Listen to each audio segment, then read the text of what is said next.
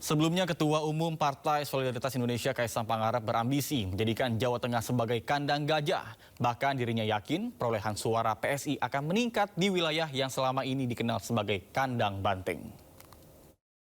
Pemilu selanjutnya, Jawa Tengah kandang gajah.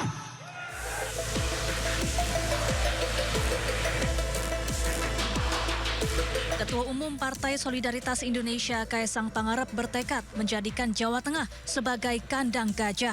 Menurut Kaisang, PSI kini mulai memanaskan mesin partainya dan membidik 17 kursi DPRD Jawa Tengah pada pemilu 2029 mendatang.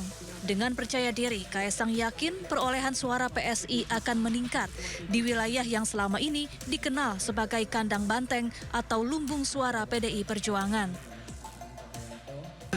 Pemilu selanjutnya, Jawa Tengah kandang gajah.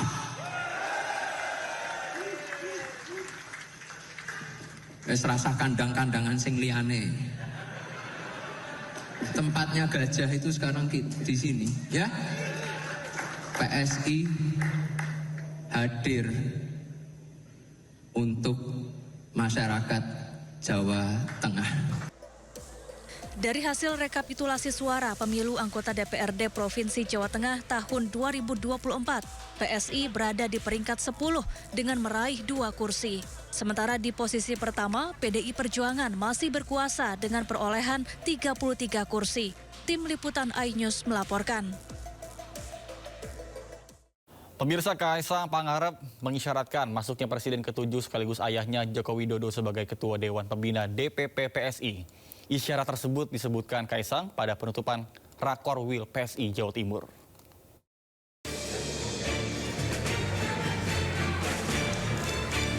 Ketua Umum PSI Kaisang Pangarep mengisyaratkan masuknya Presiden ke-7 Joko Widodo sebagai Ketua Dewan Pembina DPP PSI.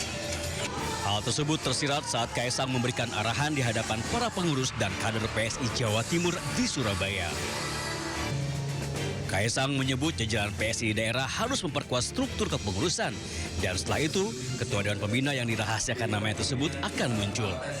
Saran dari Ketua Dewan Pembina kita ini fokus untuk struktur. Udah nggak usah mikir yang lain-lain dulu. Kita fokus perbaiki struktur, kita benahi, kita selalu evaluasi supaya roda organisasinya bisa terus bergerak. Nanti kalau sudah komplit, beliau akan muncul dengan sendirinya.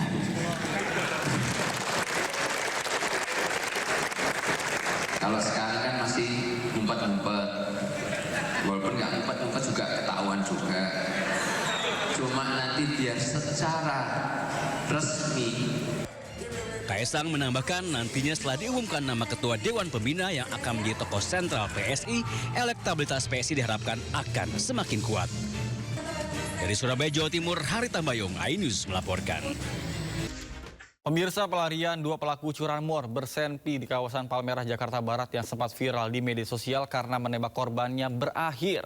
Kedua pelaku diamankan di 2 lokasi berbeda, yaitu Yogyakarta dan Cimahi, Jawa Barat.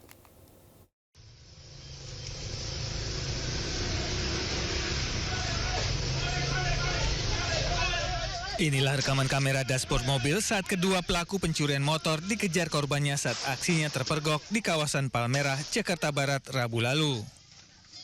Korban mengejar pelaku hingga terseret.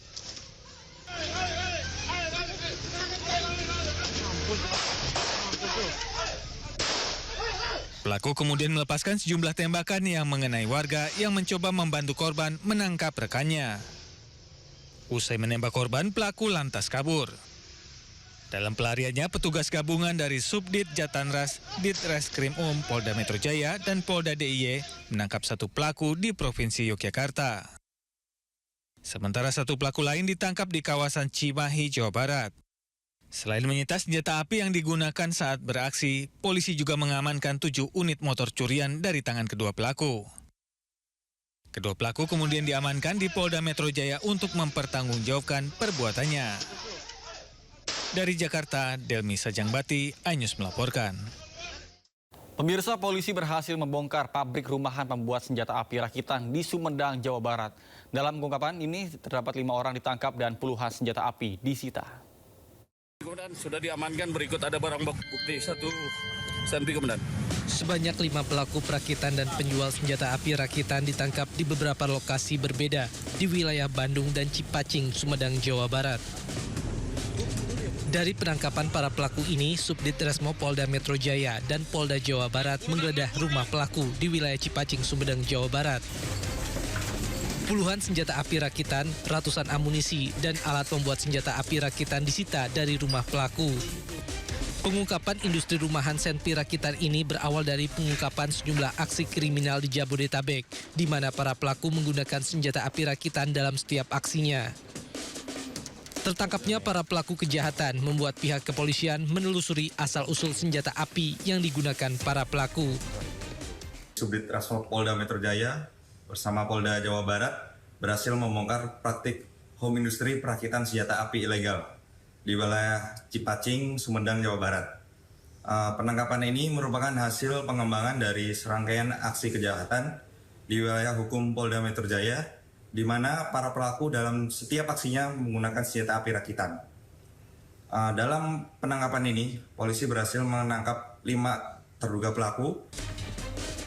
Untuk proses pemeriksaan, para pelaku beserta barang bukti dibawa ke Polda Metro Jaya. Pemirsa, kantor Bea Cukai Bandara Soekarno-Hatta menangkap pasangan suami istri warga negara Pakistan yang menyelundupkan sabu berupa kapsul. Para pelaku menelan sabu agar lolos dari petugas Bandara Soekarno-Hatta.